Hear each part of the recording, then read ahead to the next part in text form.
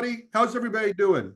For the moment, I got my chat window open. Do me a favor, say hi, because I love the engagement. It helps me a lot. I really thrive on the energy here, all right? And mostly, hey, everybody, great to see you. That's great. All right, appreciate it. Today, I wanted to do training. Now, I do think probably, we already have over 150 people, right? 146 people on the call right now. Congratulations. Thanks for being here. How many of you already own my win-back snapshot? Just put like a WB if you already own it. If you don't own it, go ahead and put a no WB, which I guess would be NOB. All right. Okay, we got a lot of people that do and a lot of people that don't. But the other thing, I don't know if you mentioned, we did reactivate the 25% coupon though, right? Oh, yes, that is correct. Yeah, the 25% off coupon code is reactivated in case anyone is interested in that. Okay. Again, so that's win25. We'll go ahead and add it to the chat here. Yeah, put the link in there. So yeah. We're not going to be pitching that today, folks, but since a lot of you don't have it, you're probably going to want it. And so we just want to let you know. Normally we sell that for $2,495, so 25% off takes it down to like $1,891 or something like that. You're saving 25% on that today. So again, not a pitch, but it's there. If you want it, we did reopen that. All right, now why are we talking about database reactivation? And why has Bayant asked me to come in and present it? Database reactivation, folks, is nothing new. Nothing new. I've been in this business a long, long time. You can tell by the gray hair. All right. And it has been the #1 way that I have always gotten clients. Simply ask them, do you need help bringing back past customers to buy from you again? Who can say that? Go ahead, type that out. Do you need help bringing back past customers to buy from you again? Go ahead, type that out. It's really no harder than that. You'll be amazed at how many people say yes simply by asking them that. You need help bringing back past customers to buy from you again. Or they'll say, how do you do that? You know what my answer is when they say, how do you do that? Very well, hire me and I'll show you. All right, seriously, this is the way I speak to people all the time, and it gets business. And you know what the database reactivation does? It opens the door for everything else you want to do.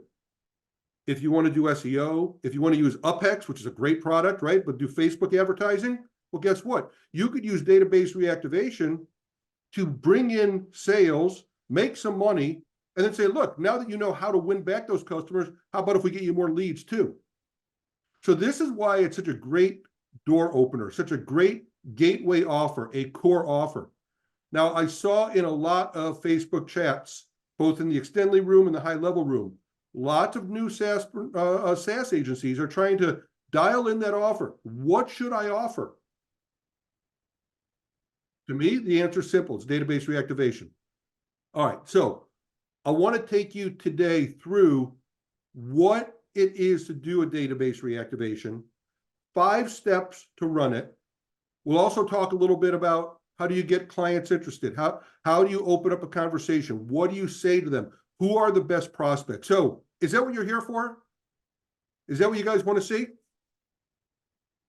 Beautiful. Let's get going. All right, so let's start with what I call the low-hanging fruit. I think database reactivation is the perfect offer for any niche. You've already heard some of my reasons why. But let me back it up with some proof, okay? How many of you know Chet Holmes? Chet Holmes is an author, written many books, some of the best sales books out there. This is something that Chet is known for. And I'm going to teach you what I call the magic question. So Chet isn't known for the magic question. That's mine. But this pyramid, this comes from Chet. And here's what the pyramid says. At any given time in any given market, only 3% of that market are active buyers. Now, if you've been following my training, I've been teaching this for years and years and years. I call these people RWA, ready, willing, and able. The thing is, for all the money, all the time, all the effort that you're out there prospecting, 3% of those people are RWA, ready, willing, and able. Maybe another 7% might intend to change in the near future. Maybe they're starting to consider it. Maybe you could persuade them. That's 10%. Now, If only 10% are really listening to your message today, right now, what percentage are not listening to your message today, right now? Well, the answer's on the screen. Even if you're bad at math, the answer's right there on the screen. Okay, 90%, that's correct. All right. So here's a magic question I'll ask somebody all the time. If I'm talking to somebody that spends money on advertising and spends money on marketing, and by the way, folks, I think you should only be talking to people that you know are spending money on advertising and marketing. We'll talk about that in a little bit. We're talking about qualifying the best candidates. I'll ask them that question. Ask them, do you know your conversion rate? Do you know what percentage of your leads are turning into active customers? Now, many of them can't even answer that question. And you might say, take a guess. Let me ask you folks, what's a good conversion rate? Even if you're guessing, even if you just want to take a stab in the dark, what's a good conversion rate when you're marketing? 10% says to grow my business, 3 to 5% says Evan, 10% says Greg. Great. So what's the magic question, folks? 30% says Sloan. 30, you're a rock star, but that's okay. David says 30%, you're a rock star. So let's go with Sloan. Sloan's converting at 30%. What's the magic question? How about this? Sloan, what are you doing about the other 70%? Yeah, Evan's got it. How do you get the other 97%? That's the magic question. Now, let me ask you, could they possibly say no to that question? No, they can't, right? A lot of times, you know, people say to me, well, what do you mean? Well, what do you mean? I love that question. What do you mean? You know why I love that question? What do you mean? They've just given me permission. They've just showed interest and curiosity. What do I mean? Well, if you're spending $1,000 on marketing every month, you're converting at 30%, so it's basically $300. 70% are not buying, that's $700. $700 is going down the drain. What are you doing about that? You know the response I usually get from business owners is something like this. Wow, I never thought about that. Well, exactly. But what would it do to your bottom line if you were able to go back and get half of those people, a quarter of those people? Even if you get one more person, what does that do to your return on your investment? Or another term, ROAS, return on ad spend. Well, if you're converting at 30% right now, but I go get you more buyers without you having to spend any more money on advertising, what does that do for the return on ad spend? What does that do for their ROI? Numbers go up, says Evan. I love the caps and the exclamation points. Thanks, man. I love it. Thanks. I feel that energy. Appreciate that, buddy. All right. Tell me, do business owners and entrepreneurs, do they care about their ROI? Do they care on the return on their investment? Do they care about the return on their ad spend? Ben, you're a business owner. Do you care about your ROI? Absolutely. Absolutely. It's one of the most important things that you look after, especially when you're running any sort of marketing campaigns. Yeah. Yeah. Okay. Versus, folks, this is when you start talking to an entrepreneur in their language. If you want to communicate with somebody, you have to speak their language. ROI, investment, profit, money in the bank. That's their language. That's the love language, right? Exactly. Who's with me so far? Okay, we on the right page? Is this what you came here for? All right. Now, all right, that's a nice graphic. By the way, feel free to take a snapshot of anything you want. Okay, feel free to take a snapshot. And those of you that own the WinBack, I give you a pitch deck. Some of these slides are in the pitch deck, not all of them, but some of these slides are in the pitch deck. That's inside the training area. All right, now, but let me give you some more facts to back it up. How about this? How about Harvard Business Review? Anybody ever hear of the Harvard Business Review? Okay, little organization out east, right? They did a study, and they said this: a very tiny increase in customer retention. What's that? Winning back customers, getting them to buy more. A very tiny increase of only 5% has a massive increase in profits, potentially up to 95%. Show that slide to a client. Hey, can you imagine? Look, if only we increased your customer retention by a mere 5%, you know that could improve your profits by up to 95%? That's from the Harvard Business Review. So doesn't it make sense that you just go and try to do something to these 70% of your people that are doing nothing? And not only that, it's much easier to go market to your existing customers or people that are familiar with your business and services and bring them back to purchase again or increase the frequency of the times they buy from you, versus going out and targeting a brand new customer. So businesses should love to be able to go have an open communication method to be able to reach out to their existing customers. Well, it just makes sense, right? I mean, half an hour before we got on this call, I had a message that I wanted to get out to a lot of people. So I just dialed up a message, and I took a segment of my database, and I sent out 1,500 targeted emails. I already have a lot of responses less than 30 minutes later. Look, I'm connected to those people. I can do that. Before you get connected to somebody, you have to just spend money on cold stuff. And cold stuff is expensive, and it's hard to get noticed, especially in today's marketing world, right? What does Wally say? This is simple business math. Profit is that high because no more ad spend. Bingo. Bingo. All right. So here's something else Bant was just referring to. Here's from another study. All right. This one from Marketing Metrics by Paul Ferris. The gold mine you're overlooking. This is so true. Businesses don't realize this. They're totally ignoring it. That's why we say it's the gold mine they're overlooking. Look at the probability of selling to an existing customer is 60 to 70%, while a new prospect is as low as 5%. So up to 14 times greater success. That's cool. That comment is on the screen. Huh, okay. All right. That just caught my eye. All right. Did you do that? I've never seen that before. No, I've never seen that. All right. There's another one. Okay, cool. All right. The probability of selling to an existing customer, folks, up to 14 times greater. Businesses love to hear that. And finally, here's one more. All right. It can cost 5 times more to attract a new customer than it does to retain an existing one. So here it is, folks. Here's the simple reason why that will get businesses' attention. It's cheaper, faster, and safer to ask your past customers to come back and buy again than it is to go and spend money on new business. Now, I'm not saying don't do that.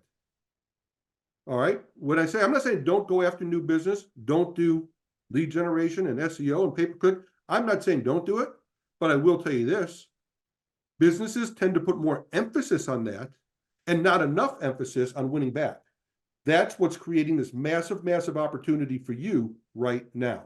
And that's true, Steve, what you just said. That's true about almost every business out there. If you go talk to any business owner, what is one of the things that they tell you about that they need more of? They need more customers, right? And that generally means, and they're always, without even looking at their existing database, they're always looking at, I need more new customers, right? That I want to go after more new customers.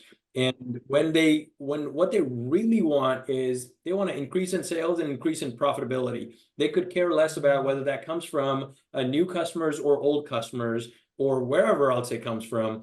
The only thing they really want is an increase in sales and increase in profitability, right? Which is what matters to them the most. So what they're not looking at is they've got a database generally of a bunch of contacts or past customers that may have forgotten about them, or they just need just a tap to remind them that this business still exists. And they're able to accomplish exactly that. They're able to accomplish that goal. of increasing sales and increasing profitability.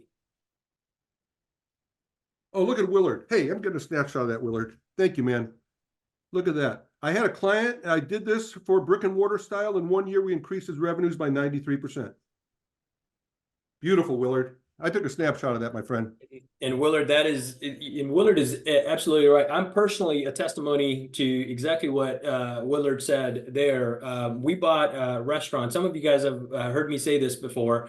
We bought some pizza stores, and the previous owner was not doing anything close to a database reactivation. One of the first things we started doing, and we continue to do that in those businesses.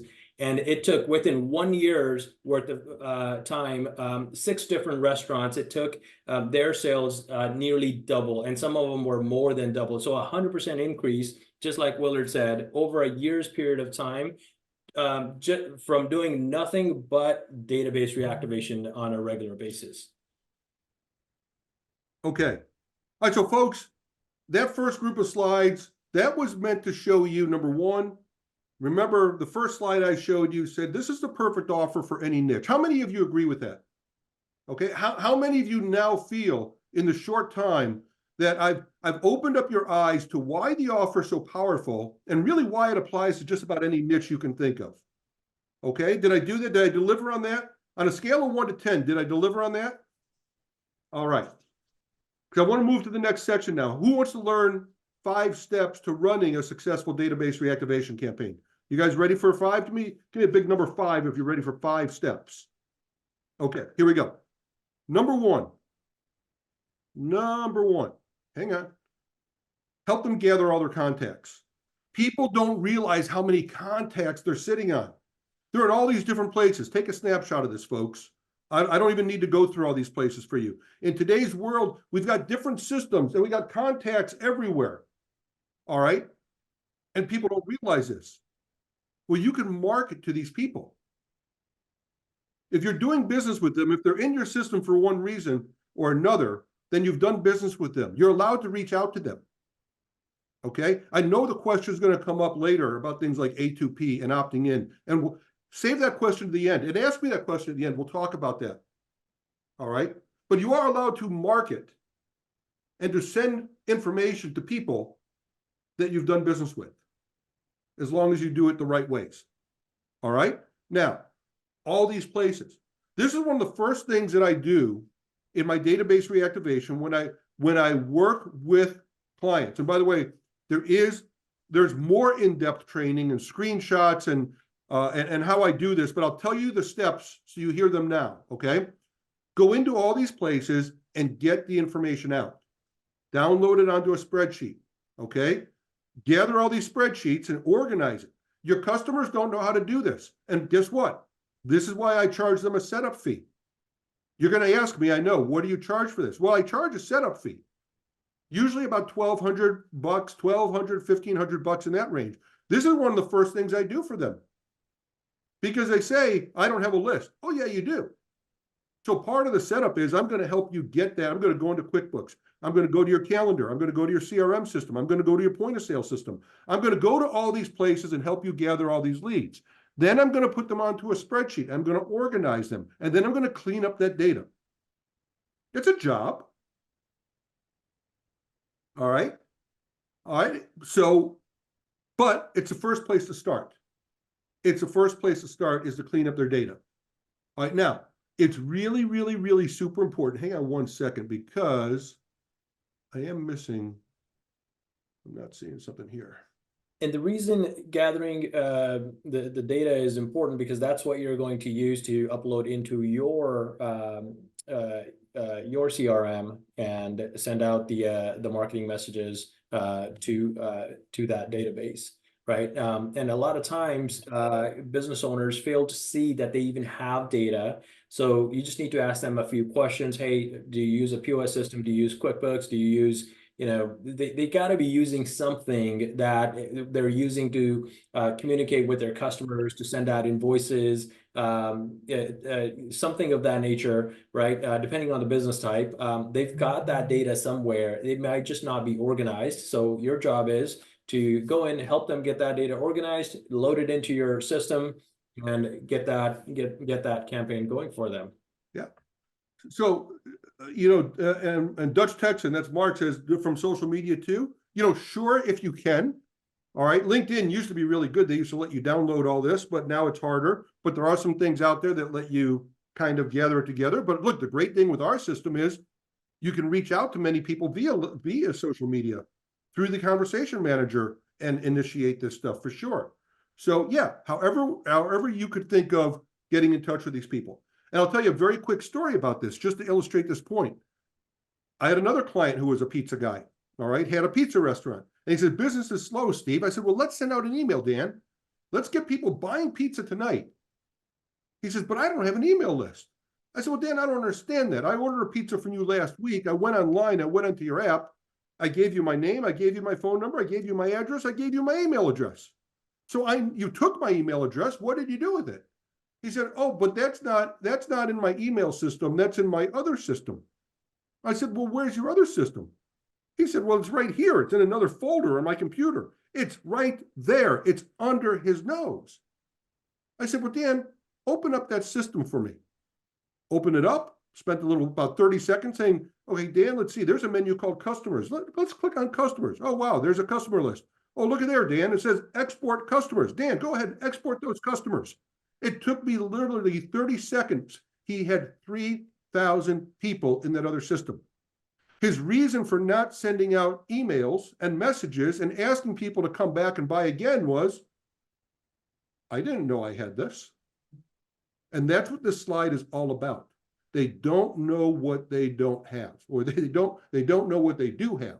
They don't know the power that they're sitting on that you can open their eyes to.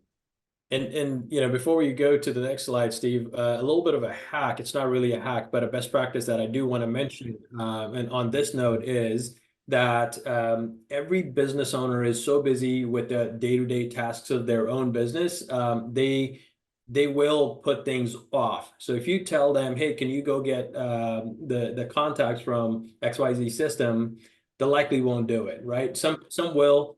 Some won't, and maybe a lot more won't, right? So the best practice there is just get them on a call with you, or if they're local to you, if you're able to go there, right, visit them, whatever you have to do, just help them go through that process, because that's the biggest bottleneck. You can't send out any marketing messages, and you can't increase their sales if you don't have that list first, right? So help them get that list, get it into the system as one of the very first things you do. And now you're not relying on them, and you're able to move forward with the process. All right, so Matt's asking, 3,000 people opted in for SMS question mark. So I know the question on everybody's mind, right? Opting in, A2P, 10 DLC. I have a slide that addresses that. Hang in there. I know it's a burning question on everybody's mind, and I promise to answer it. All right, and then Daniel's asking, do I primarily use SMS, email, or do I do voice drops? Okay, I've never done a voice drop. That's just me. I just haven't. They probably work. I've just never done it, so I can't answer that. For years and years and years, I did only email. But since going to my high-level SaaS agency now, I start with SMS when I have the phone numbers, okay, and I stay A2P compliant, which we'll talk about in a second. All right, but that's what we do, and that works fast, and that gets a big bang. We'll talk about big bangs in a second. All right, customers absolutely love it. All right, so you got that slide, right? First thing you do, you gather all their contacts, you get them all together, and you clean them up. All right, the second thing you do, oh, I'm sorry, Bant and I want to talk about this. This is about point of sale systems. You guys all see this right now. Everywhere you go, you put in your credit card and they ask you, hey, do you want us to text message you your receipt? They're capturing your information. And Bant, you had something you wanted to say about that. Yep, absolutely. So, at our stores, we do exactly that as well. Those that are walk-in customers, not online customers, or not over the phone where they're not ordering, there's a screen that pops up, and a lot of POSs like Toast, Clover, and a bunch of others, right?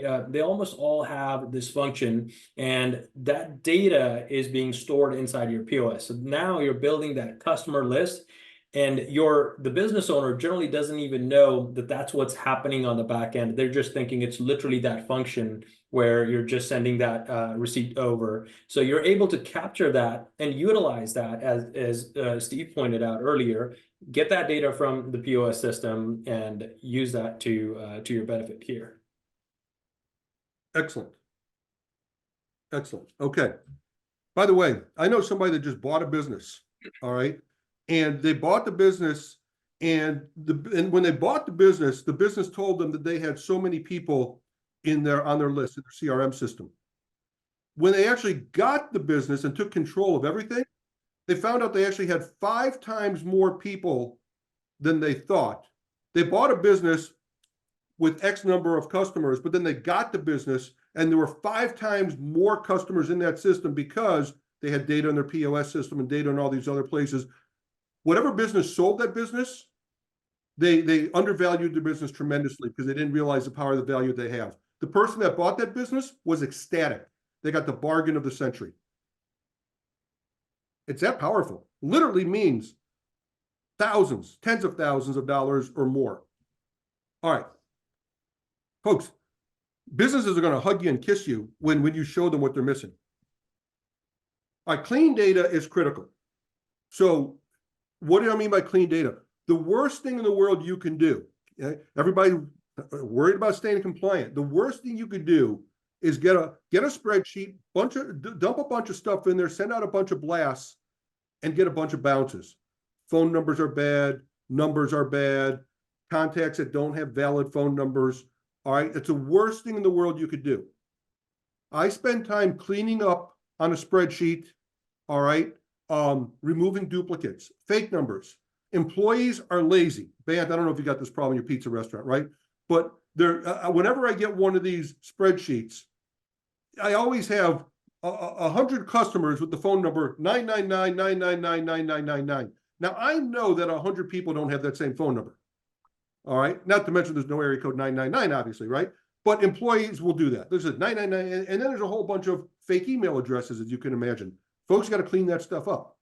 All right. Now, it's not hard. You can wheel it around in a spreadsheet. I'm pretty good at that type of stuff. But even if you don't want to do it yourself, the best thing in the world, use a validation service.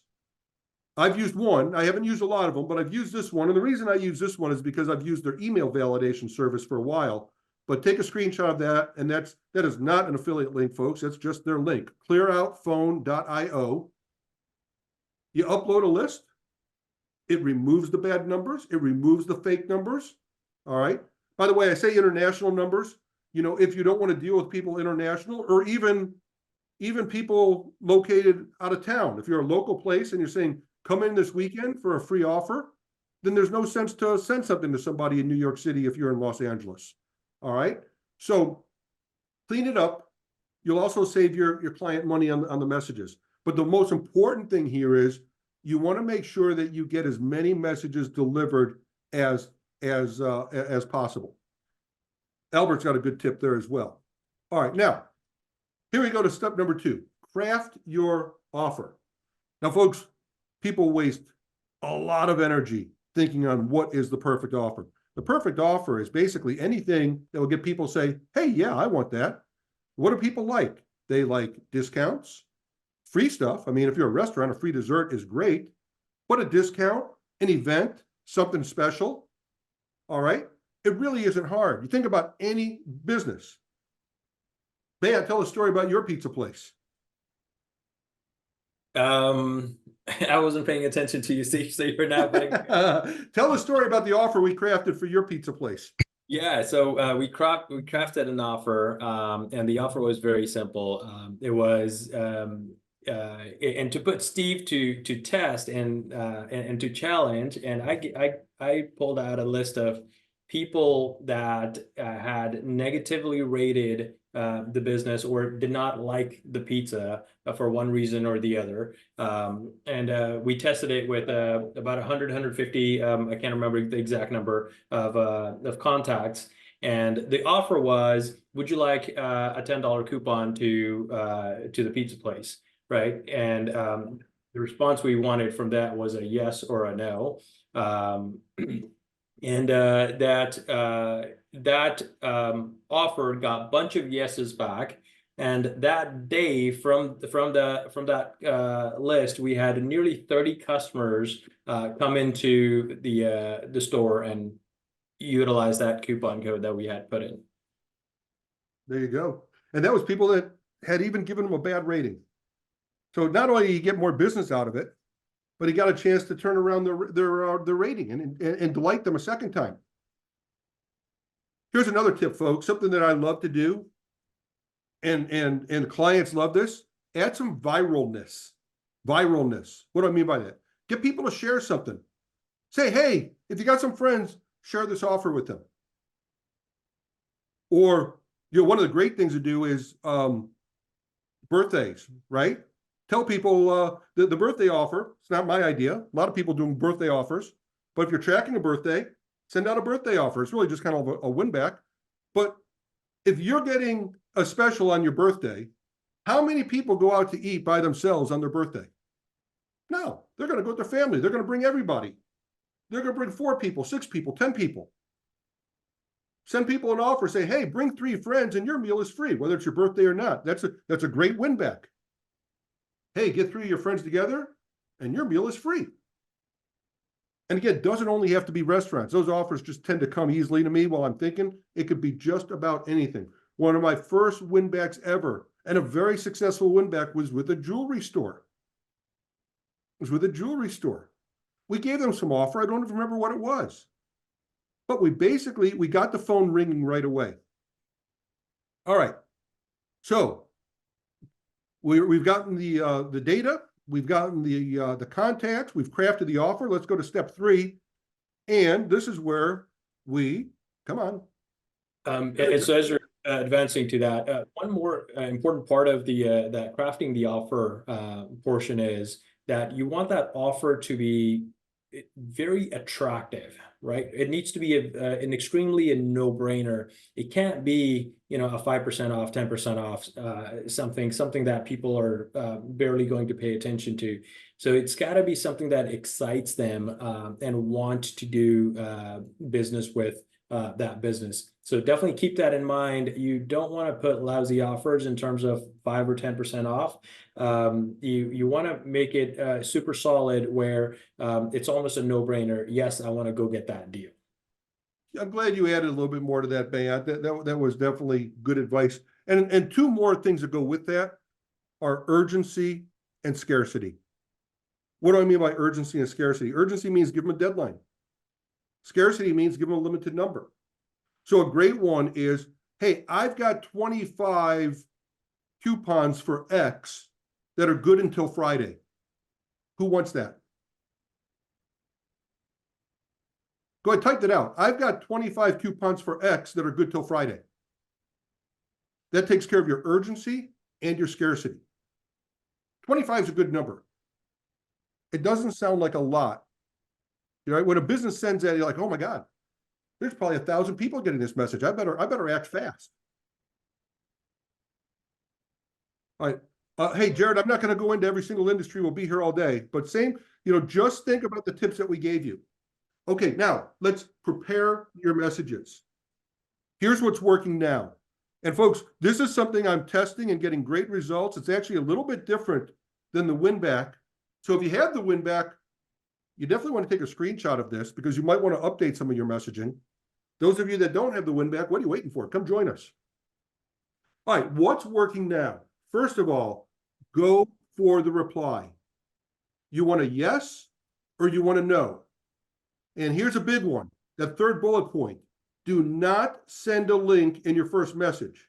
I left off an E there, okay? Do not send a link in your first message. Do not send a link in your first message. Folks, yes or no, are you going to send a link in your first message? I cannot stress that enough. You may get bounced simply for sending a link in the first message. Okay? Especially with all the A2P regulations and carriers filtering the messages, that's where that's coming in from. Your deliverability will significantly reduce if you are sending in a link in the very first message. You guys can try it out, and it works with some carriers. It doesn't work with others. It's a very hit and miss. But we found it as a best practice not to send a URL link, right? xyz.com or something of that nature. Emails are okay. They're not treated as a link, but link it meaning where it'll click over to a website or something of that nature. Don't send those, because you'll likely see an error where that message did not deliver. Yep. Hey, Mike's asking, could this be the same for email? Very similar, Mike. Most of these strategies can easily be adapted to email. I've done it forever in email, so there's no trouble for me to roll it over to SMS. They work interchangeably, really, both ways. All right, now, and with the Google spam changes coming up, they're very similar to A2P, okay? So all of this engagement is really, really, really important. So, folks, this is what I'm doing. This is the first thing that I'm doing. Now, remember, if you already have done business with people before, you are allowed to communicate with them. You're not allowed to put them on an everlasting automation workflow. That's where you'll get in trouble. Where you're going to get in trouble is when you bother somebody that doesn't want to be bothered, and then they unsubscribe and even raise a complaint about you, okay? That's when you're going to get in trouble. You're not going to get in trouble for sending a message to somebody you've done business with, and you're allowed to. And if they don't respond, you know what you do if they don't respond after 1 or 2 times? What do? You stop messaging them. It's not hard. You're only looking for the people that do respond. So here's what I do. This is especially good for people if they have not yet opted into SMS, okay? Nobody says you're not allowed to send a message to these people. You're just not allowed to put them on an everlasting workflow or a workflow with lots of messages. You can definitely send out a message that says this. And if you haven't sent them the official message yet, then send them this. It's Steve from Flawless Follow-Up. You can reply out to stop my messages. We're updating our records. Is this first name? Okay, so this is what's working for me now. I send this out. I identify myself. A2P says you need to identify yourself. They need to know who this is coming from. This is Steve from Flawless Follow-Up. Check. You need to give them a way to opt out. You can reply out to stop all of our messages. Check. We're updating our records. Is this first name? Most times, they're going to reply yes. Well, there you go. You got a yes from them. Great. Now you can say something. We have X, whatever X is. We've got 25 coupons for a free product that's good until Friday. Reply link if you would like this. Okay. Why do I have them reply link? Because there's the proof right there in the message. They requested a link from me. Now, let's see who's got their thinking caps on. Where is this link going to point to? What's going to be on the page? What's going to be on the destination page of this link? Who's got their thinking cap on? Who says my slides are not legible? It might be just their screen or something. Okay. I can read them perfectly fine. The offer. Dave, a form, Dave. Tell me more about that form, Dave. What's going to be in that form, folks? What's going to be on that form? That form is going to be everything you need to do to be SPS compliant. It's going to have the checkbox. Way to go, Taria. You're going to have the disclaimer message. You're going to have the official A2P disclaimer message on it. You say right here, we are updating our records. Is that a true fact? Yes, we're updating our records. We want to make sure you're who you say you are. We want to make sure you want our messages, and we want you to give us permission. They say yes. They request the link. You send them to the link. They fill out the form. What do you guys think of that? Is that exactly what we're supposed to be doing? What are you going to do to the people that don't respond? You're going to send them 3,800 messages in the next 2 hours. That's what you're going to do. No, of course you're not going to do that. You're going to stop messaging them. It's not a problem. If they don't want it, they don't want it. It's not a problem. You're only looking for the people that do want them. Set them aside. Stop messaging them. On my pipeline, you're going to see very clearly. And this is exactly the message I sent to them. And you're going to see very clearly. In fact, I'll tell you this because we know the stats. Go back to the pyramid. Go back to the pyramid. I told you, okay? If you send out 2,000 messages like this, how many people do you think are going to engage with that message? Not 2,000. It might not be 200. But that's okay. That's okay. You take the 200 and you work them. What do you do with the other 1,800? Because that's my big question, the magic question. What do you do with the other 1,800? You stop. For now. Try them again in 90 days. Who's going to be mad at you for trying that again in 90 days? Nobody's going to be mad at you for trying that again in 90 days. Folks, where you're going to get yourself in trouble with A2P is when you bother people so much that they unsubscribe in large numbers. Okay? That's when you send out a whole bunch of things, and if you send out 2,000 messages, you're going to get in trouble. Because you're going to get a lot of people unsubscribing.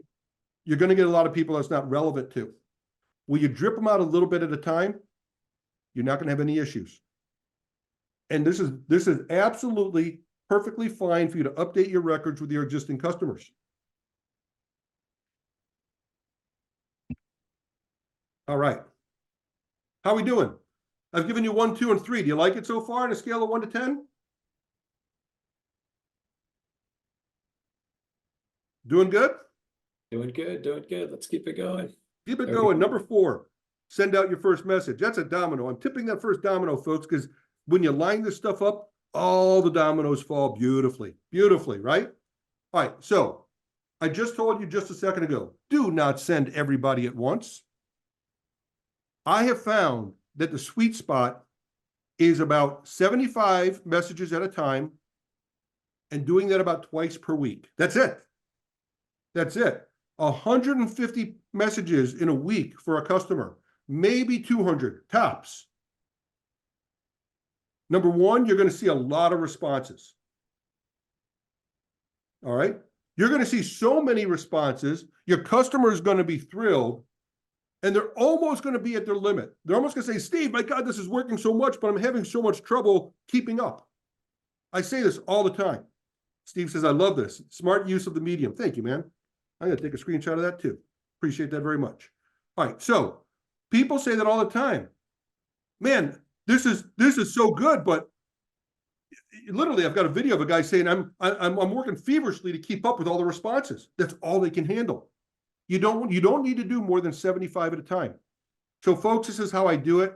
I create what I call batches. In fact, in the snapshot, there's actually a custom field called win back batch. And so when I update them, when I import them, I literally put a column on my spreadsheet and I assign them batches, maybe 5 batches, 10 batches, depending on how many leads there are. And I upload them and I put the batch in the custom field. And then I create a bulk workflow ad. And it looks like this, okay? I add them to the first sequence, and I do it in a batch of 75 per day, and I do it twice per week, like on Monday and Wednesday, and that's it, I stop. That gives them enough business that they're thrilled. Yeah, Brian, absolutely. The win back comes with a whole sales funnel and everything to help you sell it. Absolutely. All right, folks, so that's it. Biggest thing to know from this slide. Don't send out more than 75 at a time and don't do it more than twice in a week. You're going to get plenty. Go ahead, Bea. Yeah, and a couple of the reasons behind this particular. Is that me? Is that your phone? I don't know, but James asked to see step 3. So I don't know. I hear a phone. I don't know. Got it. Okay, then there might just be something on my side, but we'll continue going.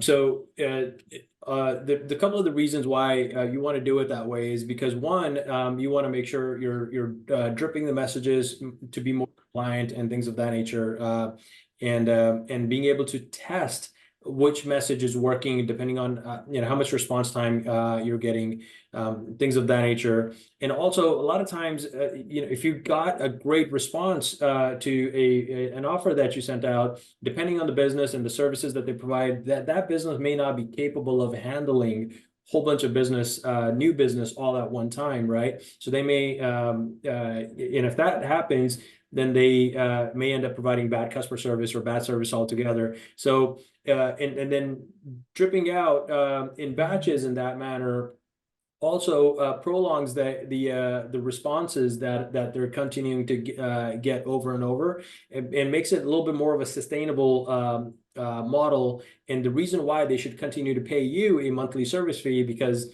you put some sort of service in place for them, and they're, even though little by little, but they're getting in constant responses, they're getting in constant new business to them, which keeps them hooked to continue to do business with you and pay your subscription fees. People asking about the replay. Folks, it will be on the Extently YouTube channel, probably tomorrow. Okay, we'll have it for you. And watch some emails. We may send you an email if you opt in. All right. All right, so now let's send out your first message. Okay, that's the next step. That's step 4. By the way, remind me, yeah, I'll zoom through and show you all 5 steps. I'll show you, I'll review all 5 steps at the very, very end. Okay, so sending out your first message, folks, I showed you how to do that. We just do that with the bulk workflow. And finally, step 5, this is where the magic happens. It's both fun and it also creates a lot of opportunity. And here's why. I set up a workflow. That's part of what makes the win back so cool, okay, is that I give them a pipeline, I give them the dashboard, they see the leads coming in the conversation manager, they see the pipeline moving from stage 1 to stage 2 to stage 3 to stage 4. They love it. And it allows them to easily work the sales that are coming in, the prospects, I should say, that are coming in, okay? And that's what makes it so cool. When you go in, I will tell you this, it creates an opportunity. What I'm having with some of my clients, some of them, not all of them, some of my clients, I told you, there's so many conversations coming in, they're not staying up with it. So the opportunity is, you could say to them, look, if you would like, I'll go in there and I'll answer some of those conversations for you a couple times a day. And guess what? Of course, you're going to charge more for that. Okay. But many times they need help with that. So I've got a client, that's exactly what's happening. So I go in and all I do is I read through the conversation manager and I mark a star. It's very simple. You just check it here. You go to actions and you mark it with a star. And then I send a Loom video. This is like a Loom video right here that I send to my client. Okay, maybe I do this a couple times a week. And I say, hey, Mr. and Mrs. Client, okay, I just want to let you know, here's all these opportunities. I've marked them with a star. Make sure your people go in there and address them. Now, Bant and I were looking at this today, and, there's some really interesting things just from this one screenshot I took. Number 1, check this out. That message went out on September 18th. When did the customer reply? The customer replied yes. Okay. The customer said, yeah, I want some information. Look at that. The message went out on September 18th. The customer didn't reply till November 7th. How cool is that? That's actually very cool. Even a message you send out now, you'll get some immediate responses, but you're still going to get responses in the future. Think about this for a second, folks. Let's talk about churn for a second. What does churn mean? Churn means a customer stops, right? Think about what I've told you so far. You're going to see a lot of activity.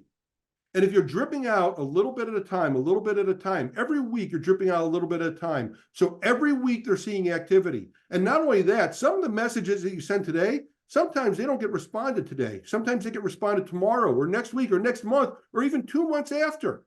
Now, when your customer is seeing activity all the time in the conversation manager and they know this is working and they say, yeah, do you have any time around lunch hour for me to try this out? Let me ask you something. Are they ever going to stop your service? Who thinks you're ever going to cancel the service if you're always delivering responses like this? This is the absolute churn killer. And that's what Albert says, genius. Thanks, my friend. Brilliant idea. Clients must love getting that loom. Yeah, they do love it. They do. And how long does it take me to make the loom? Well, it says right there, it's 1 minute and 50 seconds. It's 1 minute and 50 seconds on a loom. Hey, customer, look, you've got this, and this. Make sure you go in there and take care of it.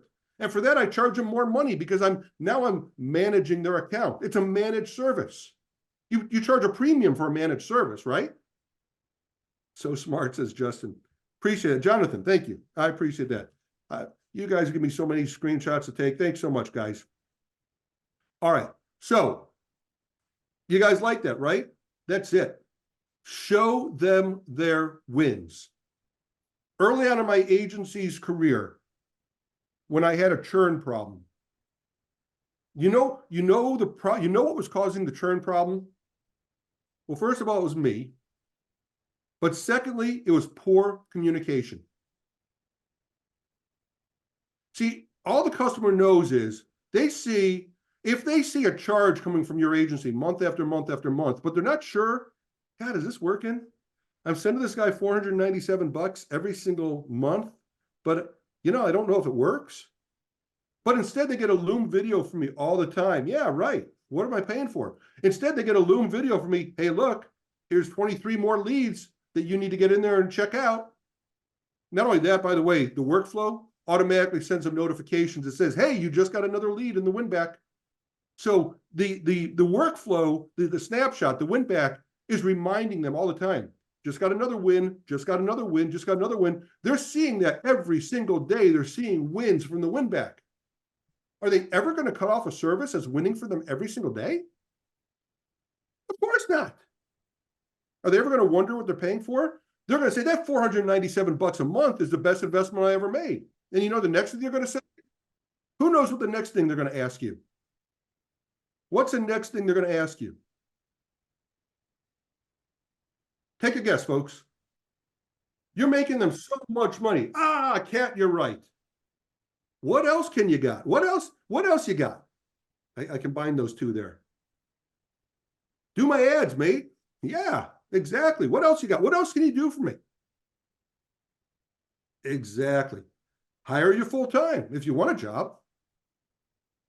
Okay, cool. Are you single? All right, that one gets another screenshot too. All right, I just don't want my wife to see that one. Okay. Extend your capabilities with Extendly. We'll handle your white label high level support 24/7. What are you waiting for? Get Extendly. All right, so thanks for that. I love that. I love that.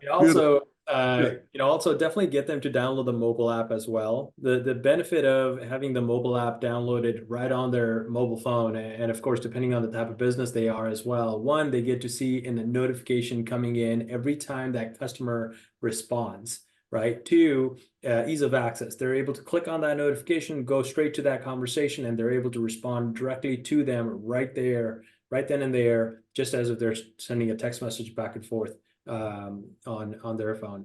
So don't overlook the don't overlook the mobile app. Get them to download that. It's a selling tool. It's a continuation tool for your subscription to your customer, because you want them being alerted over and over again every single time that new message comes in.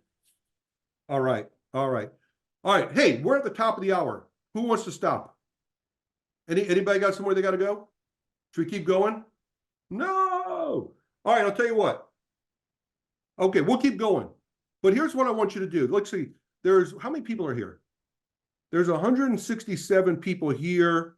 There's probably, how many people are in the Facebook group, Bant? Several thousand, right? Yeah, about 8 or 9,000.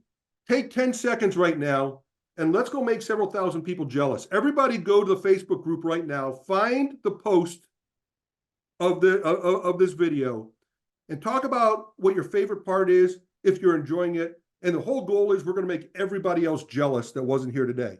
Okay? Who wants to go do that for me? Go do that for me right now, and I'll continue and show you the Big Bang launch day. Got it? Ben, can you grab a link to the can you post a link to that Facebook post? Yes, let me find that. Cool. Okay. All right, here we go. That's it, folks. Let's make everybody jealous. You guys took the time. You showed up here. I'm going to reward you. All right, we'll keep going. I knew I packed too much information in this. I'm sorry. All right, so Big Bang launch day. Now, this is a video I often show. I'm not going to show it right now, but the bottom line is this was my client. This was a timer. That's 49.29 seconds, by the way. 49 seconds after we sent out our first message, Alex stops me and says, dude, I already got a response. 10 seconds later, he goes, I just got another one. 40 seconds later, he's like, man, I can't keep up with all these responses. Okay, there's a Facebook link, folks. Go there, make everybody jealous. All right. So how do you do a Big Bang launch day? The Big Bang launch day is one of my signature moves inside the win back, but I teach you how to do it. This is what gets the client hooked. This is what gets them to want to stay. All right. First of all, I do it on Zoom. All right. You guys like the way I use Loom? I also use Zoom. I get them on a call and I just simply say, okay, you ready? Remember I showed you that picture? We're going to tip that first domino. That's what I'm going to do. I'm going to get my client on the call. I'm going to say, ready? We're going to take that first batch of 75 and you say go. I'm going to send that first email. Let's see when we get our first response. It works all the time. You start getting responses. You start getting people that say yes. You also get people that say no. You get some people that say, take me off your list. You're going to get all of that. And make sure you set the right expectations. Make sure you tell your client, my job, you're giving me dead leads. You're giving me people you haven't contacted, you haven't heard from. My job is to find the ones that are ready, willing, and able to re-engage right now, this second. So what does re-engagement look like? It could be yes, it could be a question, it could be a no, and maybe some people throw a few profanities at you too because they just don't want to hear from you. It happens, okay? Just set the expectations up front. Guess what I do not promise them? What do you think I don't promise them? I don't promise them a sale. That's right, Greg. I don't promise them a sale. Why don't I promise them a sale? Because I don't control that. Okay, I don't control that aspect of it. My job is to reactivate, re-engage dead leads. That's my job. I want to make sure, and I'm very clear with this, what I'm going to do for you, I'm going to re-engage it, and this is what the re-engagement looks like. And here's my promise to you. I will take your first 500 leads, and I will re-engage at least 50 people, or I'll do it for free. All right? I'll take your first 500 leads, I will re-engage at least 50 people, or it's free.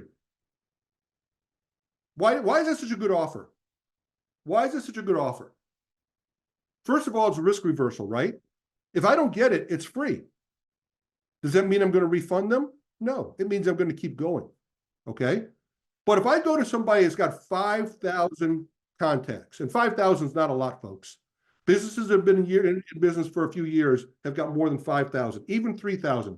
If I go to somebody with 3,000 leads, and I say, I'm going to take your first 500, and I'm going to get you at least 50 people re-engaged. Almost every time that happens, okay? So let's say it happens. What's going to happen? Are they going to want to stop? Wow, you re-engage 50 out of the first 500. Hey, I still have 2,500 to go. Well, that's right. That's why you got to keep paying for the service, because we're going to keep re-engaging people all the time. And by the way, that's not all we do. Now you can tell them about all the other stuff you do. Why are they paying you $497 a month or whatever they pay you per month? Okay, that's my offer. My offer is $1,295. I'm going to take your first 500 contacts. I'm going to get you at least 50 re-engagements, or it's free. And then it's $497 a month. That's my offer. And it works. Okay. All right. Well, okay. Yeah. Evan says that's hard in solar sales. Well, no, it's not hard in solar sales. I mean, I don't know, to tell you the truth. But remember, it's a re-engagement. It's not a sale. I'm not telling them we're going to sell 50 systems, Evan. But I am going to find 50 people that say, yeah, I'm interested in that. All right. Then, Evan, adjust the offer to fit your industry. I'm just telling you what has worked for me in most industries. If you're in an industry and you need to adjust the numbers, same technique, just adjust it. All right. So when we do the Big Bang launch, this is what it looks like. Here you go. The first 247 people that I sent leads out to, I got 13 people that said yes. All right. I had probably twice that asked questions, and I had some people that said no. I was darn near close to 50 from the first 247, but I got 13 yeses right away. I re-engaged 23%. What's 23% of 247? 247 times 0.23. That's 56. I did do it. I re-engaged 56 people out of the first 250 messages. So I fulfilled my goal right then. Hey, do you want to keep going? Of course I want to keep going. All right, fast results. So check this out. This is one of my clients. All right. And right there, I said to her, I showed you a slide a few seconds ago, showed them the results. Hey, I saw you just booked an appointment. Yeah, she said, thank you. You bet. You're up to 12. She liked that. You bet. You're up to 12. I do see that some people blah, blah, blah, blah. And she says, okay, great. Thank you. Got her a 1,200% ROI in the first 2 days. 1,200% ROI in the first 2 days. What do you think of that, folks? Is that the type of success you like to see with your clients? So we started this about an hour ago, and I said, I'm going to show you what I think is the perfect offer for just about any niche. How many of you now feel that a database reactivation is the perfect offer to start with just about any niche? Put perfect if you agree with me. Have I opened your eyes to why it works so well? Have I delivered everything that I said I was going to deliver? Excellent. You guys are loving it. I appreciate that. I think this is my last slide. So Hi, this is Joya from Stretch no, Lab, we don't need to and do I'm that. working with Okay. Flawless. I think that's my last slide. We did say, and this isn't a pitch, there's no stack, there's nothing like that. But if you do want it and you don't have it, it is 25% off. You can go there. Let's put that in there one more time. Bant, do you have that link? Yeah. Okay. Do we have time for questions, Bant? Yeah, absolutely. We can go ahead and go into questions, and there's several different questions that people have asked that are important to answer. So let's go ahead and get those. Steve, one of the questions that came up shortly before that caught my eye that I want to bring to you was something around timing. What is a good day or a good start sending time? Something of that. What is the ideal time of day to start sending messages? Great question. All right. So first of all, I have found with different clients, it is different. Okay. Typically I send them between 10 in the morning and 2 in the afternoon. But I will tell you, our brilliant developers led by Zach and Michael, they actually did something very cool in the win back, and they did basically a timing router. Okay, it's an option if you want to have the system basically send things out at random times to split test. That is built within the Snapshot, so you could find out for yourself. You could just load them in the workflow, and the workflow will randomize those times, and you'll be able to find where you get your best response. But remember a couple things. First of all, if you're doing a big bang launch day, you really can't do that because you're not going to get the messages all going out at once. So you won't get that immediate response. That's not a good way to do a big bang launch day. And also remember though, you saw people don't always respond right away. You saw responses coming in 2 months after the message was sent. All right. So the answer is you'll have to do a little bit of testing. You have to go with your gut a little bit. But I typically do things between 10 in the morning and 2 in the afternoon. Yep, you want to test your client base depending on the type of business they are. So for the pizza restaurants that I own, we send them between 11 a.m. to 6 p.m. 6 p.m. is the last message, and I know they're all in the same time zone as well, right? So depending on the type of business, if some of your customers are in different time zones, you may want to account for that as well. You don't want to be sending marketing messages that are early in the morning or late, well late in the evening as well. And I believe there's something called a quiet hour or a quiet hours or something of that nature as well that relates to phone calls from businesses and these messages and this type. So definitely look into that. I believe that's before 8 a.m. or after 8 p.m.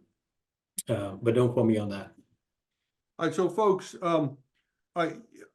people are asking me about what I charge. All right, folks. So first of all, I'm not going to tell you exactly what to charge because it's different for everybody. I speak with a lot of confidence. I've got the results. It's very, very easy for me. Some people, it might not be so easy. Some people think, hey, I could charge 10 times this. And you know what? They're right. All right.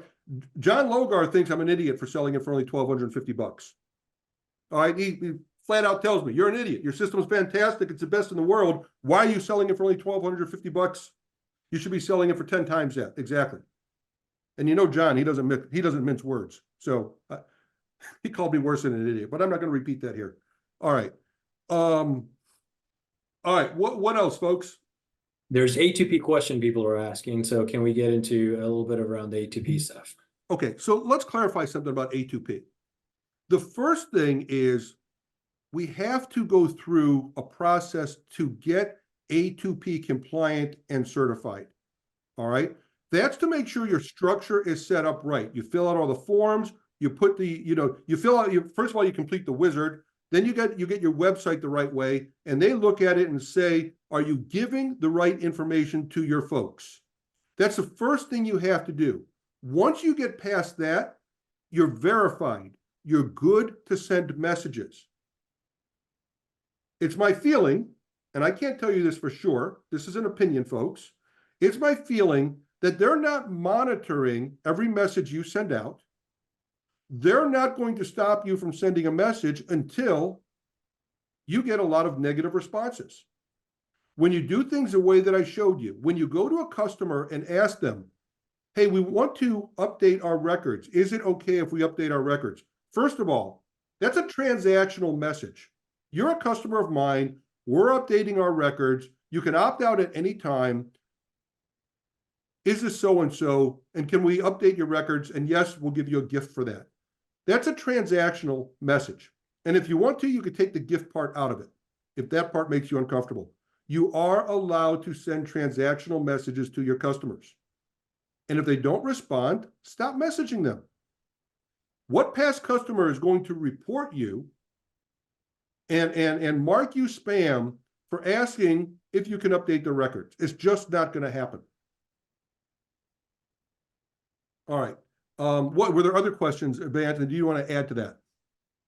Yeah, well, one of the questions that generally comes up in relation to sending out database reactivation is how fast can you get started, because the A2P being an issue, right? So these days, our support team does A2P registrations. And they're generally taking 24 to 48 hours. A lot of times, there you go. Wally mentioned that we got 2 of his clients A2P compliant after them being denied for several months. So A2P is, if you put in the right information in there, we have a free A2P snapshot as well. If someone wants to do it on their own, our support team also, our onboarding team, white label onboarding team does that as well. But you're generally able to get people approved between 24 to 48 hours to start sending out messages. So it's not that big of a deal anymore, unless you're getting rejected over and over again due to not incorrect information or something of that nature. That may take 7-10 days and even longer at times. But generally, you're able to get approved very quickly. So and it may take those 2 or 3 days just to get the lists and whatnot together. So A2P may not even be a concern because you can kick off the A2P registration perhaps on the day, the first day when they've signed up with you, to get that out of the way. Absolutely. Absolutely. So one thing, folks, I'm not going to do like a whole value stack and everything, but one thing I do want you to understand about the win-back challenge is not only do I teach you how to do it, we give you a full sales funnel. We give you the sales page. We get this beautiful video. We give you a course as a lead magnet. We give you everything to go out there and get clients to do this.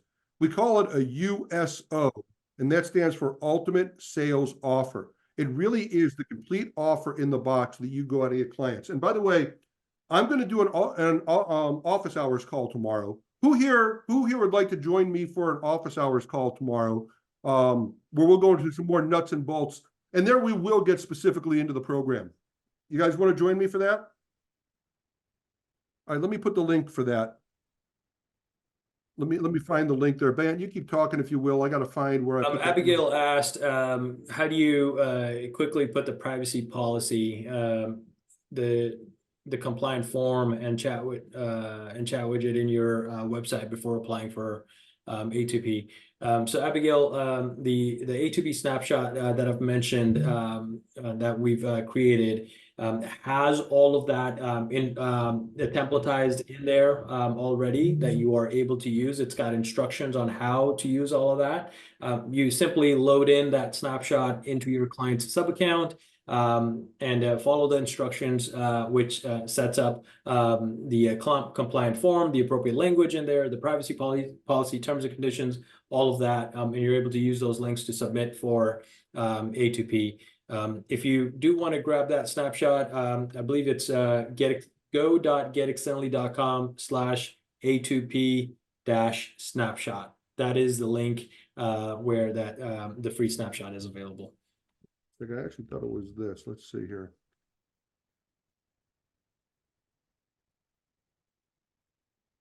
Nope. Yeah, it's a go dot. It's a go dot, huh? Yeah, go.getexternally.com. Fat finger in it. /A2P. I put it in the chat already. Okay, fantastic. Okay, thanks. You know, maybe we should also tell people about the Knowledgebase, because that's another great freebie from Extendly. If you guys don't have the Knowledgebase, you got to get this.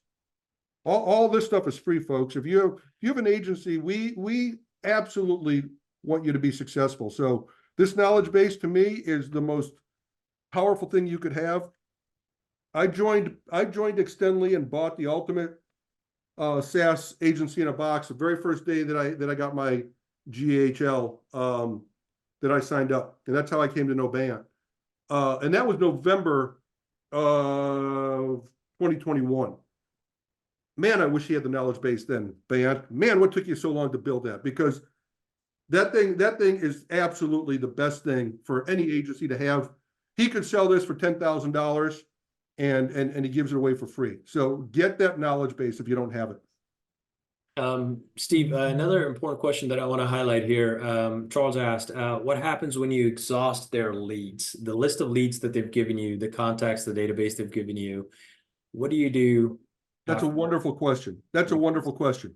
Okay, so here's the thing. Remember we talked about that concept of ready, willing, and able. Let's go back to the very, very, very, very, very first slide. Okay, let's go back to the very first slide.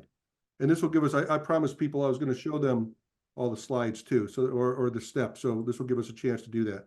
Okay, the very first slide, folks, was right here, right? At any given time, 3% are active buyers, 7% might be interested. But that's a snapshot in time, folks. That's today. This is what we call ready, willing, and able today, right now. But things change. Things change. So just because they didn't answer today does not mean no. It only means no. There's only two ways that it means no. What are the two ways that it means no? The first one is they say no or opt out. We'll call that one and the same. The second one is that you don't do it again. Do it again. Do it again in 90 days or 180 days, 4 months, 5 months, 6 months, whatever you decide. Chances are people that didn't pay attention this time, you'll get some that pay attention next time. Who here has ever, let me ask this in a way, because you know I'm gonna ask you something about a terrible experience in your life, but who here has ever totaled a car? Okay, if you've ever wrecked a car, see, this is where car dealers get it all wrong. They know when you're due for a car. They know, hey, you bought a car, you financed it for 5 years, So I'm going to start talking to you in 3.5 years, 4 years about coming in and trading in that car. But what happens if you total that car in 6 months or a year or 2 years? Well, guess what? They were thinking, oh, well, he's not ready, willing, able to buy a car right now. He's down here. We don't need to be communicating. That's the worst mistake you could make. Keep communicating. Things change. Life happens. You needed that car 4 years earlier than you're supposed to need a car. They should have been messaging you. Maybe you have a child that turns 16. You want to get him a safe car. They didn't count on that. Oh, maybe you need another car. All right. So anyways, the bottom line is when you exhaust the leads, you keep going. I'll tell you that we've built a hook within the Snapshot for you to do that. And we leave it as just a hook because not everybody wants to do that. But it's very easy for you to look at. We do set the date. Every time somebody goes through a win-back campaign, we put in a custom field. When was the last time they were on a win-back campaign? And the reason we created that field was for that very reason. So you could recirculate them if you want to. Good question. Great question. Keep going. By the way, they're also getting new customers that will become, quiet customers in the future that need to be reactivated. So it's not finite. It's infinite. It's a cycle. It's something that you can set up on the back end and continue to drip out on a slow drip method and have it going, even if you've exhausted the list. Let's say it took 3 months to get through the list, right? Yeah, and those that did not respond at all, not those that opted out, but those that did not respond at all, you're able to check back with them again and offer them something as well. Perhaps test a different offer this time, and you're able to continue to do that. Not only that, like Steve said, they'll have new customers, a newer database may come into play as well.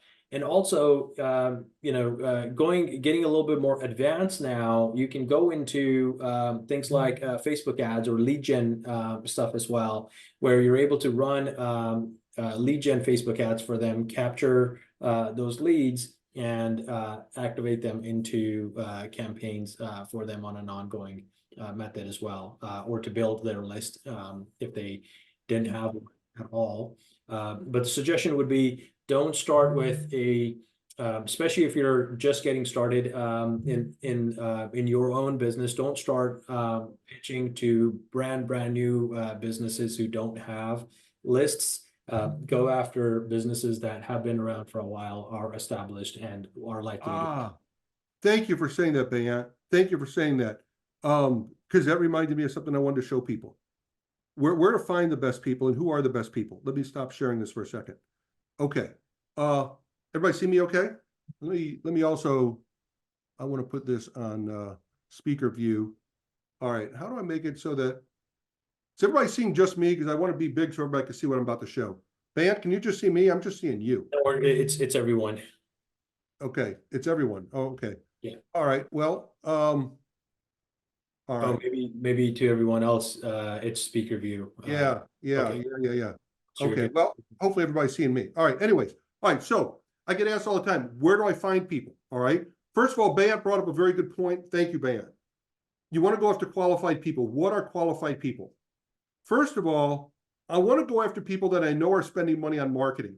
I like to say I want to go after people that are spending about $5,000 or more a month on marketing, because now I know that you got a marketing budget, so you're probably concerned about your ROI. You probably want to see it improve. All right. People that aren't marketing, that aren't spending that much money, they're not likely, it's going to be a much harder sale for you to get them to pay your price. All right. So how do you know somebody's spending $5,000? Well, the first thing is right here, folks. I just look at people that are doing stuff like this.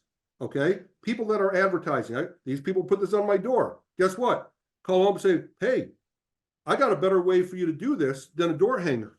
Or this is one of my favorites. I'm in Austin, Texas.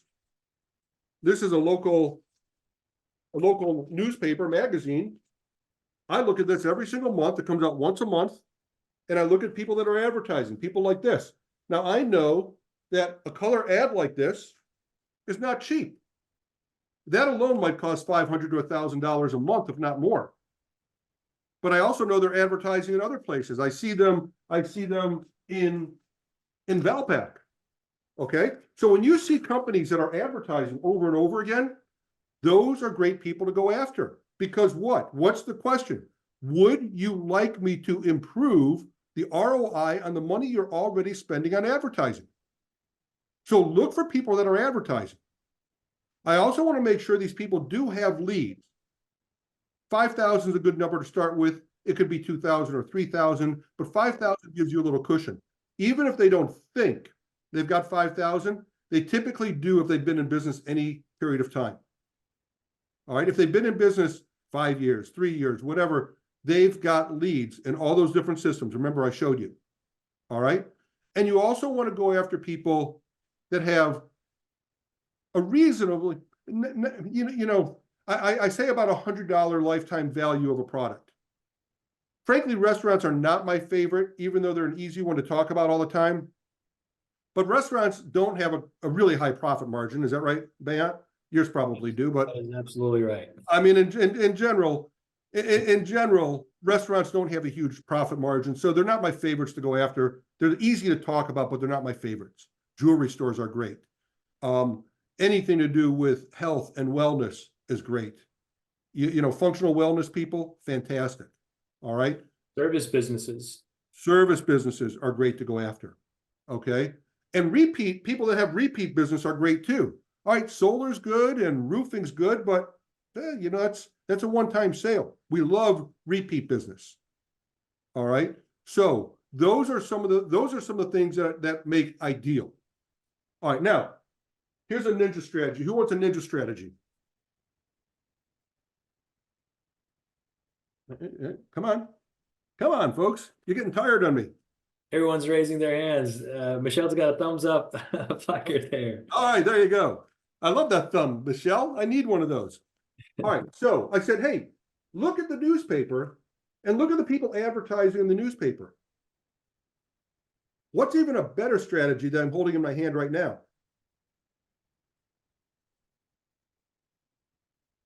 Why don't you partner with the newspaper? The newspaper has a relationship with all these people. This is where networking comes in. I love to network. I don't like to do things one-on-one. We had roughly 200 people here today. Why? I like to do one-to-many. All right? It's a lot easier. Success comes a lot faster when you do one-to-many. The best way to do one-to-many is to get a referral. Folks, I know a lot of you right now. Over the past several months, I've met a lot of you. How did you meet me? I was referred by this gentleman on the screen. None of you knew me until I joined Extendly, until Bayant said, yes, Steve, our audience needs to hear your message. I only needed to convince one person of that to meet all of you. Thank you, Bayant. You're welcome. All right. Folks, I do that all the time. So I went to the Chamber of Commerce and I joined the Chamber of Commerce. And they got 800 people. And you know what? I don't want to call 800 people. I don't want to email 800 people. I don't want to text 800 people, in a non-compliant way. So what did I do? Well, I found an ambassador. What's the ambassador with the chamber do? Okay. Her job is to know everybody. She's the ambassador. An ambassador. They got lots of ambassadors. Guess what? She's also a nonprofit with a great cause. What do nonprofit people need to do? They need to raise money. What do they need help with? Email marketing. I befriended the nonprofit agency that knew everybody in town. Guess what? I gave her a free seat on my system and I coached them how to send out emails. All I asked for, what did I ask for in return? Hey, referrals. What's that referral? Man, Steve is brilliant. His system's fantastic. That's what we use. And then I said something else. Not only did I ask for referrals, I asked for specific referrals. Guess what? I asked that nonprofit, who do you know at this company? You know what the answer was? Oh, we know the owners. Well, great. Can you hook me up with the owner? Yep. Folks, that's how you network. And that's the importance of referrals. You can do it the hard way. You guys can do cold calling.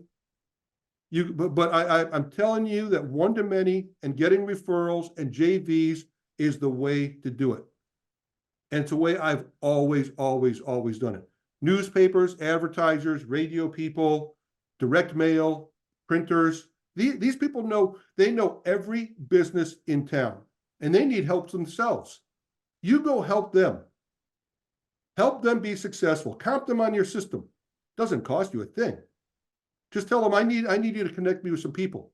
They'll always say yes. Always. Man, what do you think about that?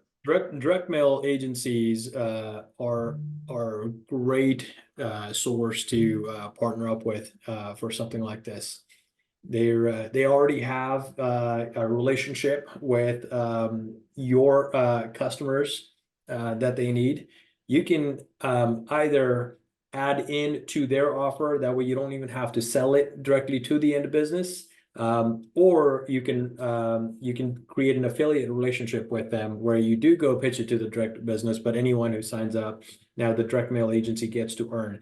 The way you talk to the one of the ways, at least, is you tell the direct mail agency that, hey, we're going to do this. Why don't you offer this as a part of your services, and which will help you keep your customers longer with you, because you're going to be the only company in this town doing this versus other agencies, other businesses in town. So that's just one of the ways to help them and help you at the same time get access to more customers. Were there other questions, Ben? There were. There's let me see if I can find a few. Hey, Don Franklin's here. Hey, Don. I've known Don a long time. If anyone wants to come on live and ask a question, feel free to raise your hand and we'll get you unmuted so you can come live and ask a question as well. And in the meantime, I'll sift through a few more questions here. Here's a couple that I can't address. Can I speak about HIPAA and FINRA compliance? I cannot. I don't have experience in those areas. I'll tell you, folks, preference. Okay, preference. I told you about some of the businesses that I like. I'll tell you some of the businesses I don't like. I don't like insurance. Now, we've got a guy in our group who's killing it in insurance, Nathan Klug. Nathan's awesome. So I'm not saying insurance is bad, but folks, I'm not everything. I don't know everything about everything, and there's certain things I don't want to know about. One of the things is I don't want to deal with industries where it's hard. Compliance, to me, makes it more difficult. It's a bunch of lawyers that get paid to say no, so I don't want to deal with it. All right, I'd rather go to people where I could talk to decision makers and get going like that. So I'm sorry, I can't address that, but it's a preference. It doesn't mean it won't work. It's just that I'm not the guy to ask. Yep. Albert. All right, Albert's got a question. All right. First of all, thank you so much. Your ideas are brilliant. I want to start putting them in practice right after this call. I love it, Albert. And thank you for all the great engagement today. How can I help you, sir? Yes, so you did mention 75 a day, twice a week, so about 150 contacts, like reach outs every week. What if we have a list that's big enough that can accommodate more? If I wanted to do, for example, 500, 600, what would you suggest? That you stick to 75 to twice a week to 150 to 200. If you remember, part of the reason why, you're going to overwhelm your clients. I have done that. I've got my clients that said, stop it, too much. Okay. It sounds like a good problem to have, but you don't want to overload them. If you send out 500, you're going to overload them. So don't do it. Okay. And that is that the reason for this? Is just the question of not overloading them? Yeah. Or is that or okay. So Okay. if we do have the capacity, for example, there's a huge sales team that can deal with it. If we push that to 500, am I risking having trouble with the number? I can't answer that question because I don't have direct experience. Look, to me, it's been a bottleneck because I've been dealing with customers that can't handle it. If you've got a team that can handle it, it's worth a try, but monitor it. Okay. But you'll know. I would start. I would sort of start slow, and then you can maybe ramp up as you go, as you get feedback from the business, and they're telling you that yes, they're able to handle it. You know, for example, if we did a database reactivation campaign for my security company that I own, and we got 20, 30, 40 new customers that one day, we're going to be 2 to 3 months backed up, right? We're not going to be able to install all those systems. You know, similarly, I made a mistake early on and sent out a database reactivation campaign to our restaurants.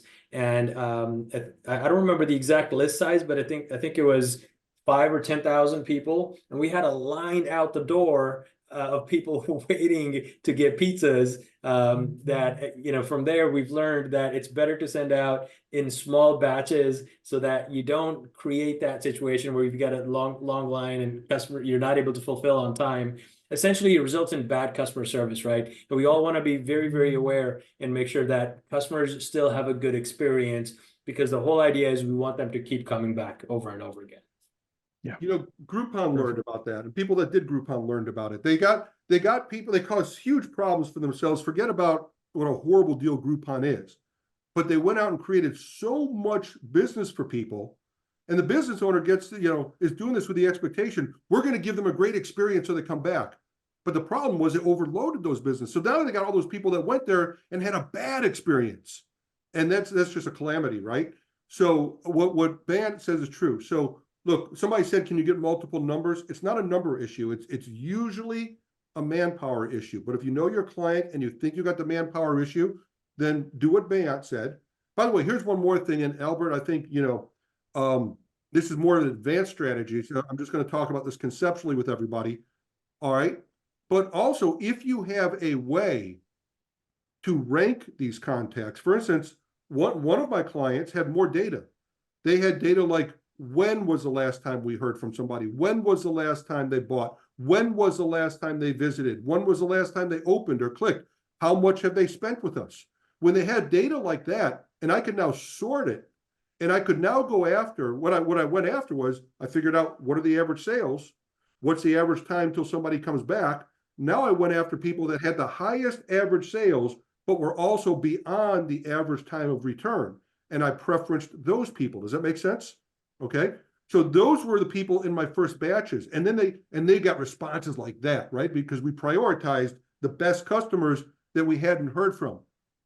So, it sounds like you've got the ability to do that kind of stuff. You'll think with your head, and you'll come up with ways to make this even more powerful. Yeah. Awesome. Brilliant. Thank you so much. You're amazing. Yeah. Albert, I appreciate it, man. What niche do you serve? So this client is the nightclub industry. Okay. That might be an exception, right? That might be. You might have an exception there. You want to jam the place, right? Yeah, exactly. Okay. So, that's why I hate having hard, fast rules. You absolutely might have an exception, but test it. Yeah. I mean, But most of it we've discussed on this call in terms of the numbers, the price points, frequency, all of that. These are the things that we've tried ourselves, what we've worked with. They're not like Steve said, they're not hard rules that you absolutely need to live by these. Feel free to adjust as needed. Feel free to adjust the price points as needed.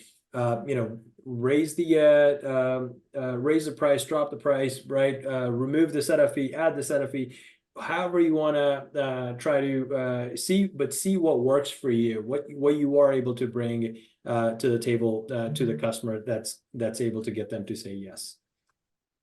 Perfect. All right, we've got Amazing. Caprex Consulting who wants to ask a question. Okay, cool. Hey, by the way, I'm going to put the office hours link. Come join me tomorrow. I don't want to do office hours alone. Okay, there's a link. Come join me for office hours. I will not have anything prepared in terms of, I've got nothing scripted. I'm just there to answer your questions. If you come and you don't ask me questions, we just stare at each other for an hour. So come and ask questions. All right. Would love to be the part of that session as well. Thank you so much, first of all, for sharing such a great bunch of insights. What you have just shared of more of the meta lessons are applicable I would definitely call it sector agnostic. That can definitely implement into several industries. But I would like to let me call it, pick up your brain on specifically to the charity sector, because that's where we are aiming to contribute to our clients in UK, in the charity sector, especially where they have large donor database, and of course reactivation can be done over there.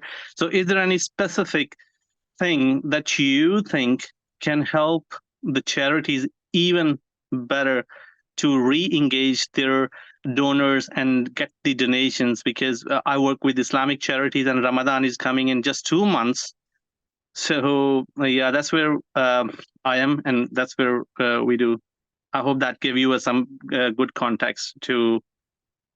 Absolutely. And thank you very much for the compliments. I greatly appreciate it. I've worked with nonprofits. I assume here in the States we call them nonprofits. When you say charities, I think that's what you're speaking about, right? Yeah. Okay.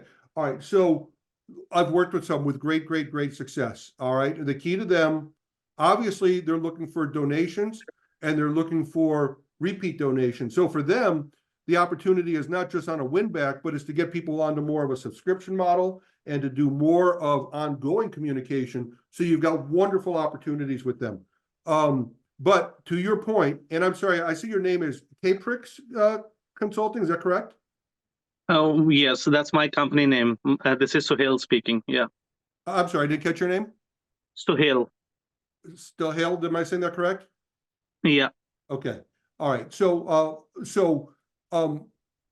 you know, those are the opportunities. I think, as you say, it's sector agnostic. So I think take what you've learned today, or hopefully get into the win-back program, and you'll get even more training there. By the way, I did 5 advanced training sessions when we first launched win-back, and all the recordings are in there. There's some really good stuff. I mean, if you think that today in an hour and 42 minutes you had good stuff, wait till you see what's inside the training area, because there's more than 5 sessions on that, and plus training. But I think that the information you got today is a great way to start, and then you'll know where to go. I'm helping you tip that first domino, but the responses and the reactions and the feedback and the activity you get, they're going to show you very clearly what to do next. And not only that, your client will come to you and say, hey, I see this happening over here. Can we do this over here? And of course, you'll figure a way to do that. And that's how they're going to become clients of yours for life. Does that make sense? Did I answer your question? Yeah. Thank you. Thank you, Steve. Thank you, sir.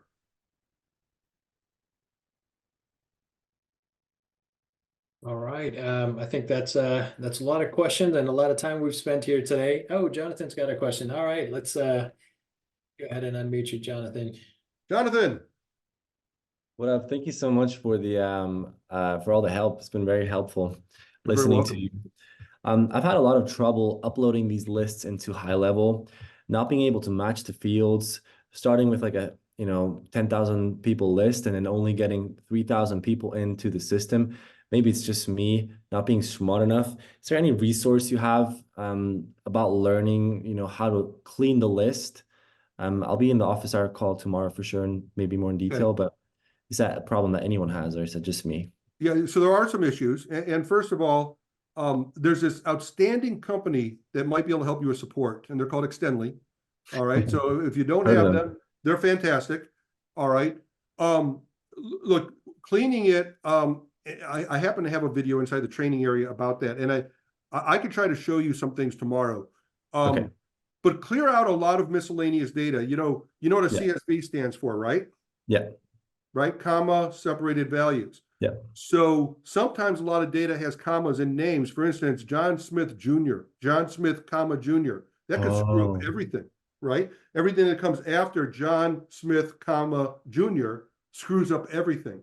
So I remove all commas. I literally highlight the entire spreadsheet and I say, remove all commas. And just you don't need to replace it with anything. Just remove all commas. Yeah. I remove all periods. Well, but don't do that from websites and email addresses, obviously. All right. But that's what cleaning the data is all about. My gut feeling is you probably have some characters in there that are screwing up the import.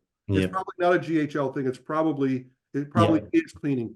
All That's right? what I'm thinking. The Yeah. list is way too big, and Yeah. There might be duplicates as well. I would also run against duplicates as well. Yeah. That might. So look, you save yourself some time for $30. Go to a company like I showed you one for the phone, but it's called Yeah. Clear. Go to Clear Out. Okay. Yeah. And by the way, do you know AppSumo? I do not. Okay, if you go to appsumo.com, which is a great website for like lifetime deals, you'll probably find some other email Cleaning checking service. services. So Yeah. you go to Clear Out, you can go to AppSumo and look for some of these email checking services. I would not rely on them as a be all end all, but they would probably do a good job of at least taking something that's got some formatting issues and fixing it. Yeah. Sweet, sweet. I'd never heard about not sending a link out in the first message, SMS message. And so that seems to be pretty big, to not send out a link in the first message. What I've been doing is sending out review request links. And I haven't run into any bans or like, people shutting me down. It's only been maybe 700-800 messages. So I don't have too much data. But is there a way to around that, or how would you send review requests? Well, that's a great question. First of all, have you checked to see if they're actually getting delivered? Have you checked? Okay, and they are getting delivered. Between 92 and 95%. Okay. I don't have an answer for you there. I don't advise it. I can understand why in a review situation, but still you could break that into two messages. But It's the very first message, right? It's the very first message interaction through this with that customer. If you've already had interaction with them in the past, and today is the first day you're sending out a message with the link in it, that's no problem, right? Okay. But the very, very first message that goes out to them, that's the one that usually gets flagged, unless there's some communication back and forth, which essentially is telling, just like email, it's telling the carriers that I'm wanting to communicate with this person, right? It's not a junk message for them. Yeah, and I've seen people build workflows around with conversation like type of style for the review request. So like, the person texts back what they think of the business in numbers, and then that way it kind of gets them engaged, and it's not just a link that you send out. Yeah, so we've done it as well, where in the very first message, all you do is send out the text message, and then you wait a few seconds, then you send the link in the second message. We've broken it down in that manner, and that usually works as well. But depending on, like I said, there's not 100% workaround for all of this. It's really carrier dependent and the reputation of that phone number. So with A2P being in there, there's a reputation score on the phone number as well. So that. Do you know where to check that? Mine is brand new. It's like 2 weeks old, so it's not. I don't know. I know in Twilio there was a space where I've seen it. In LLC there is not. Within High Level there is not a space where I've seen it personally where you're able to check that. Thanks so much for all the answers. Very helpful. Yeah, absolutely. Thank you, Jonathan. David's got his hands up too. All right. Yeah. Thank you, Steve and Bint, for this. This is really helpful. Very well. I was just sort of thinking beyond Winback, and I was thinking about strategies around like client retention. Are there sort of like, could we use these same strategies to sort of like maintain long-term engagement? Sure. So are you asking like, if you haven't heard from somebody in a long time, then send them a win back? Is that what you're saying? No. So you have, of course, when your clients, they're currently on your system, but you want to sort of like maintain that engagement instead of waiting until you lose them. Can you sort of still leverage some of these workflows, or is there a different kind of snapshot that you're thinking about that could help in terms of that? Well, David, it's a brilliant question. And it is something that I do address, not specifically in this, okay? The win back that we're talking about right now is going into businesses and saying, give us your past customers you're not doing anything with, specifically doing that. But what you're saying is brilliant. It's especially important for what's coming up with the email changes with Google. You're familiar with email? Are you familiar with the new rules that Google is putting in starting February about email delivery and so forth? You'll want to Google that, okay? Google the Google email rules. Two things are going to be very important. One of them is going to be technical email setup, which GHL handles beautifully for you. But the second one is engagement and behavior, and you're onto something very, very smart. All right. So one thing that I do build into my snapshots is tracking that last engagement. And I prioritize when I blast an email out, I don't blast an email out to everybody. Okay. I drip it first to people that have engaged recently. And then I drip it next to the people that engaged a little bit after that. And I work my way down. And then after a certain point, I do stop emailing people. If they're just not responding, they're just not responding. And I just don't respond. I just don't send it to them. But I think that's what you're speaking about, right? Yeah, that's brilliant, David. And if you'd like to follow up with me at a different time, that is something different that I do that I can help you with. That's part of what I call my leak-proof funnel. And that's part of what I do in flawless follow-up. But you're right on target. Great job. Great question. All right, fantastic. Well, thank you, folks. Thanks for staying with us for all this time. It was supposed to be for an hour. We've almost lasted 2 hours. Sorry about that. I over-delivered again. You in here, and this will be helpful. We'll be doing more of these trainings going forward as well. So when we send out a message to join the training, be sure to join. And all of this is to help you grow your SaaS agency. If there's any suggestions you have in regards to what you would like to see the trainings on, feel free to let us know. We're happy to bring in experts and put on those trainings as well to educate here. All right. And remember, go to that Facebook group and make everybody jealous, and join me tomorrow for office hours, folks. Thanks for being here. Love you all. Well, I want to see success for you and your clients. Bayant, love you too. Thanks for having me, buddy. Sounds good, guys. Take care. Bye-bye. Want to learn Go High Level in a structured format? Check out the GHLacademy.com by Extendly. We guarantee to save you 6 months of wasted subscription costs for High Level. Just visit the GHLacademy.com.